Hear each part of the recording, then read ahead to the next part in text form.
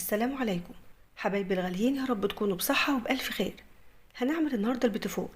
الطريقة بتاعته سهلة والمقادير مظبوطة بالملي، وهنحل المعادلة الصعبة بين انك تعمليه بالبيض الكامل ولا تعمليه بالصفار لوحده. هنعرف ده مع بعض وهنعرف الفرق بينهم وايه الافضل. وهنعمله كده بكيس الحلواني، يعني هنشكله بالقمع، ولو حابين تعملوه بالمكنة هقولكوا تعملوا ايه. فهتلاقوا كل التفاصيل والمعلومات المهمة اللي تخليكوا تعملوا احلى وانجح بيتي فور. شايفين وانا بكسره قد ايه ناعم، وكمان دايب وطعمه ينافس الجاهز بجدارة. تعالوا نشوف كل خطوة مع بعض. حطوا لايك للفيديو ونسمي الله ونصلي على الرسول صلى الله عليه وسلم. من البداية كده عاوزين بيتي فور مظبوط، يبقى استخدموا الميزان وانتوا بتعايروا المقادير، لان حجم الكوبايات بتختلف عن بعضها، وكمان مش هتعرفوا تعايروا الزبدة بالكوباية. معايا كيلو الا ربع من الزبدة بوزن 750 جرام، فانا مستخدمة زبدة فرن. حابين تستخدموا زبدة نيوزيلندي او كريستال زي ما انتوا حابين، واستخدموها يا جماعة بدرجة حرارة الغرفة. لو بتعملوا بقى البيتي فور في الصيف فحطوها في التلاجة شوية قبل الاستخدام، يعني علشان تكون متماسكة وساقعة. حطيت بقى على الزبدة كوبايتين من السكر البودر وزنهم 300 جرام، وفي الاول بننخله لان السكر من الحاجات اللي بتتكتل بسرعة جدا، فما يبقاش فيه اي كتل او اي كلاكيع. وما ينفعش يا جماعة تستخدموا سكر حبيبات لانه مش هيدوب ويفضل مخرج زي ما هو، وهيقرش كده في البوتفراي ما تيجي تاكليها. وبنشغل بقى المضرب ونضرب الزبدة مع السكر كويس قوي، لحد ما لون الزبدة كده يفتح معانا واحدة واحدة ويبيض معانا. وكل ما تضربوا هتلاقوا قوامها كمان بيهيش ويبقى عامل زي الكريم. ودي يا جماعة اهم خطوة في عمايل البيتي فور. يعني اضربوا الزبدة كويس جدا جدا لحد ما توصلوا للشكل والقوام اللي هتشوفوه دلوقتي، لاننا لو ما ضربناهاش كويس هتلاقوا كده البيتي فور يعني ينطر قدامه اللي هي الزبدة ويطلع ناشف ومحجر جدا. وما بين الضرب بنوقف المضرب وبننزل اللي على الجوانب، يعني بنقلبه كده ونجيب اللي تحت فوق واللي فوق تحت، علشان نتأكد ان كل الزبدة ضربناها كويس وبقت بنفس الشكل والقوام. طيب هيجيلي سؤال، ينفع نعمل البيتي فور بالسمنة؟ ايوه ينفع يا جماعة، يعني عادي استخدموا سمنة بدل الزبدة، بس ابقوا حطوها تتماسك كده وتسقع في التلاجة شوية قبل ما تضربوها.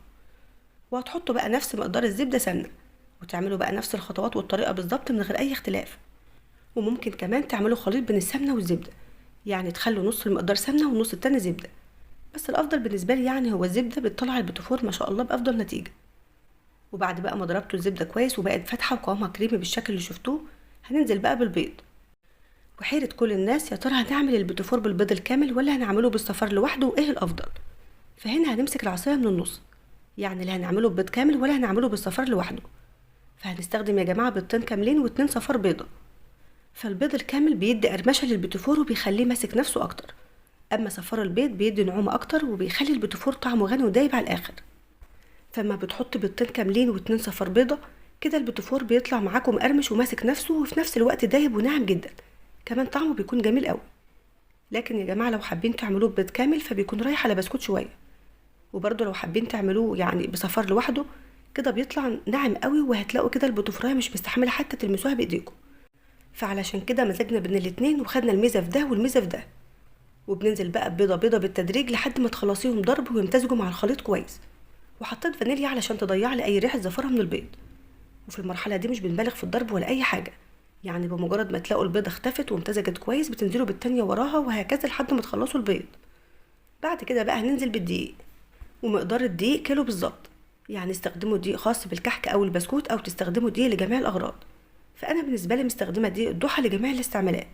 وده يا جماعه مش اعلان والله، انا بس قلت لكم على اسم الدقيق اللي انا بستخدمه علشان على طول بتسالوني. وبانخليه سواء جايباه معلب او سايب، وحطيت عليه ذره ملح صغيره قوي. ونزلت كده بنص كميه الدقيق علشان اعرف اقلبه. اما لو الطبق بتاعك واسع فحط الدقيق كله مره واحده. وبعدين بقى نزلت بباقي كميه الدقيق، وبالاسباتولا او بايديكي بقى وقلبي لحد ما الدقيق يختفي والعجينه تتشربه تماما. ما تبالغيش قوي في التقليب علشان ما تربيش عرق في العجينه ويطلع البيتي فور معاكي ناشف ومحجر. والعجينه دي ينفع تعملوها بالكيس او القمع، وكمان ينفع تعملوها بالمكنه. الفرق بين انكم تعملوها بالقمع او بالمكنه انكم تحطوا العجينه في التلاجة فتره كويسه. كده كده اصلا طول ما انتوا شغالين بتحطوا العجينه في التلاجة وتاخدوا منها اول باول، يعني على قد القطعه اللي هتشكلوها بس. خصوصا الايام دي يا جماعه الجو حر قوي، فما تكونوا عاوزين تعملوها بالمكنه بدل ما تزودوا دقيق، لا حطوا العجينه في التلاجة ساعه واتنين، هتشد كده وتتماسك وهيكون سهل تشكيلها بالمكنه. وبرضه هتطلعوا منها اول باول على قد التشكيل بس. وبتختبروا بقى العجينه بايديكم نظيفه مش اللي بتعجنوا بيها، هتلاقوها كده ما بتلزقش ومظبوطه قوي. ولو عاوزين بقى تعملوا جزء من العجينه بالشوكولاته، فهتقسموا العجينه وتضيفوا على جزء منهم معلقتين كبار من الكاكاو الخام، وتحطوا معاهم معلقة كبيرة زبدة أو مكعب زبدة، يعني علشان العجينة ما تنشفش وتكون بنفس قوام عجينة الفانيليا. وممكن تخلطوا الكاكاو مع الزبدة أو مع شوية زيت في طبق بره وبعدين تحطوها على العجينة على طول. ولو احتجتوا بقى تزودوا كاكاو يعني حطوا لحد ما توصلوا لدرجة اللون اللي انتوا عاوزينها، يعني كانت فاتحة أو غامقة. وبتقلبوا بأطراف أصابعكم لحد ما تمزجوا العجينة وتكون مظبوطة. ودي يا جماعة شكل الأقماع أو التب اللي بيكون حلو أوي في البيتفور. في منها الكبير زي ده ومنها الصغير، فأنا بالنسبة لي هستخدم القمع الصغير اللي بيكون رقمه 6 بي، علشان على طول بتسألوني على رقمه. بتكون يا جماعة سنونه كده كتيرة وضيقة فبيدي شكل حلو أوي للبيتفور. غطوا بقى العجينة بكيس بلاستيك علشان ما تنشفش واشتغلوا تشكيل على طول، يعني مش هنريحها ولا أي حاجة. المهم طول ما انتوا شغالين حطوا العجينة في التلاجة وخدوا منها أول بأول، لأن الجو بدأ يحرر الأيام دي. حطيت بقى جزء من العجينة في كيس الحلواني وما تكتريش علشان يعني ما يكونش تقيل على ايديك، كمان تعرفي كده تتحكمي في ضغطة ايديك وفي حجم البوتفراي اللي انت عاوزاه. وبتشكلوا في الصاج من غير ما تدهنوه بأي حاجة. حاولوا بقى تخلوا كده ضغطة ايديكوا واحدة علشان يكون البوتفار كله بنفس الحجم، فما يبقاش واحدة كبيرة عن واحدة. ده هيساعدكم ان التسوية تطلع معاكم مظبوطة، وكمان وقت التزيين تعرفوا تحطوا البوتفراي على التانية وتحشوها كده فبيكونوا قد بعض بالظبط. وعلشان بقى العجينة مظبوطة ما شاء الله هتلاقوها كده بتنزل من القمع بكل سلاسة، وكمان نقشتها واضحة وجميلة قوي. واهم حاجة ان الصاج اللي تخلصوه تشكيل لازم تسووه على طول، يعني ما ينفعش تخلصوه وتركنوه جنبكم علشان الزبدة ما تنطرش منه ويطلع ناشف معاكم. لو مش هتسووه بقى على طول يبقى دخلوه التلاجة وتطلعوه على التسوية، لان عجينة البوتفور يا جماعة بتكون حساسة جدا من حرارة الجو. يعني انا عن نفسي بحب اشكل الصاج وادخله التلاجة 10 دقايق قبل ما اسويه. ولو جيت تشكلي ولقيت العجينة بتاعتك تقيلة كده وبتنزل من القمع بصعوبة، يبقى كده العجينة بتاعتك يابسة، فهتضطريها شوية بانك تزودي لها معلقة او 2 من الزبدة. والافضل يا جماعة انكم تختبروا العجينة يعني قبل ما تسووها اصلا، يعني شكلوا كام واحدة في الصاج وسووهم وشوفوا. لقيتوا كده العجينة في الفرن فرشت كده او نقشتها راحت، يبقى كده العجينة محتاجة منكم معلقة او 2 من الدقيق. لقيتوا بقى الدنيا تمام ومظبوطة ونقشته ثابتة زي ما هو، ولا فرش ولا اي حاجة، يبقى كملوا وانتم مغمضين. واما تيجوا بقى تعملوا بتفور الشوكولاتة حطوا في الصاج كده واحدة او 2 من عجينة الفانيليا، يعني علشان تبين لكم التسوية وانه اخد لون معاكم ولا لا. بالنسبة بقى يا جماعة للتسوية المظبوطة، سخنوا الفرن في الاول، يعني ما ينفعش تدخلوه الفرن لسه بارد او لسه ما سخنش، كده هيفرش منكم. اول بقى ما الفرن يسخن بتدخلوا الصاج وتحطوه في نص الفرن وبتسووه على درجة حرارة 180. ولو فرنك بقى ناره حامية يبقى هتهديه على 170 او 160. اول ما تحس ان البوتفراي عرفت تحركيها من مكانها وخدت لون ذهبي من تحت تقوم مولعه عليه الشوايه، يعني علشان ياخد لون ذهبي خفيف من فوق. ولو لقيتيه خد لون بسيط من فوق لوحده يبقى خلاص ما تولعيش الشوايه ولا حاجه. وطلعوه من الفرن بلون وسط، يعني ما يكونش لون فاتح قوي ولا غامق قوي، لان لو لونه فاتح يا جماعه ده كده هيحن بسرعه ويطرى منكم. برضو لو طلعتوه بلون غامق يعني هتلاقوه كده فيه قرمشه وناشف زي البسكوت. بياخد في الفرن تسويه من 15 ل 20 دقيقه بالظبط. ولو حابين بقى تزينوه يبقى لازم تسيبوه في الاول يبرد. والافضل يا جماعه انكم تزينوا جزء بجزء على قد الاكل، يعني اول باول، علشان الشوكولاته ما تسحش كده وتبوظ شكله. ولو عاوزين بقى تزينوه كله يبقى بعد ما تخلصوه حطوه في علبه محكمه الغلق وحطوه في التلاجة، يعني علشان الشوكولاته ما تسحش ويتبهدل شكله. سيحت بقى شوكولاته بالحليب على حمام مائي وحطيت لها كده معلقتين زيت، وكمان سيحت شوكولاته بيضه وضفت لها معلقه زيت كبيره، فالزيت بيدي للشوكولاته لمعه جميله قوي. وحشيت بقى بين كل اتنين حاجه بسيطه من الشوكولاته علشان يمسكوا ببعض. وبعدين زينتها من بره بالشوكولاته، ونوعي وشكلي زي ما انت حابه.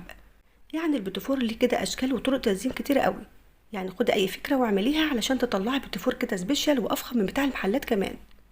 وممكن تحشوه بالمربى لو حابين، فمربى المشمش بتكون حلوه قوي مع البيتفور. اما بقى لو كنتوا بتطلعيه مثلا اوردرات او بتطلعيه اونلاين او عامله كميه كبيره لبيتك، يبقى الافضل تحشوه وتزينوه بالشوكولاته، لان المربى يا جماعه بتخلي كده البيتفور يحن ويطرى بسرعه.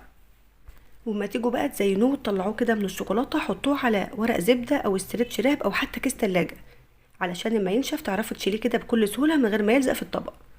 لكن لو حطيتيه في الطبق على طول فهيلزق في الطبق ومش هتعرفي تشيليه ابدا. وانا هنا يا جماعه زينت جزء منه، وباقي البيتفور هحطه في علبه محكمه الغلق، وابقى بقى اطلع منه ازين منه اول باول. شايفين بقى ما شاء الله في الاخر بعد ما زيناه يعني شكله فخم كده وراقي وشيك جدا، كانكم جايبينه من افخم المحلات وكمان احلى والله. ومش بس شكله جميل، لا البيتفور تحفه كده وخفيف وهش وناعم ودايب دوب. وعلشان مزاجنا بين البيض الكامل وصفار البيض، فهتلاقوا البيتفور مظبوط جدا جدا، يعني ماسك نفسه وهش كده وخفيف، وفي نفس الوقت الطعم غني ودايب دوبان، يعني شكل وطعم من الاخر. فدي يا جماعة من انجح الطرق اللي ممكن تعملوها للبيتفور. وما شاء الله يا جماعة، يعني البيتفور بعد ما استوى شكله وحجمه زي ما هما، يعني لا فرش ولا نقشته راحت ولا في اي غلطة. كمان لونه مظبوط جدا، ذهبي من تحت وفوق، ونقشته ثابتة وواضحة جدا. اهم حاجة اول ما يبرد تحطوه في علبة محكمة الغلق، لانه لو اتعرض للهواء فترة طويلة هيحن ويطرى منكم. وكده نكون عملنا يعني وصفة بيتفور ناجحة بكل المقاييس. اتمنى تجربوها وان شاء الله تعجبكم جدا. كده خلاص يا جماعة، وصفتنا خلصت. يا رب يكون الفيديو عجبك. اشوفكم بقى على خير في الفيديو اللي جاي. دمتم بخير، والسلام عليكم ورحمة الله وبركاته.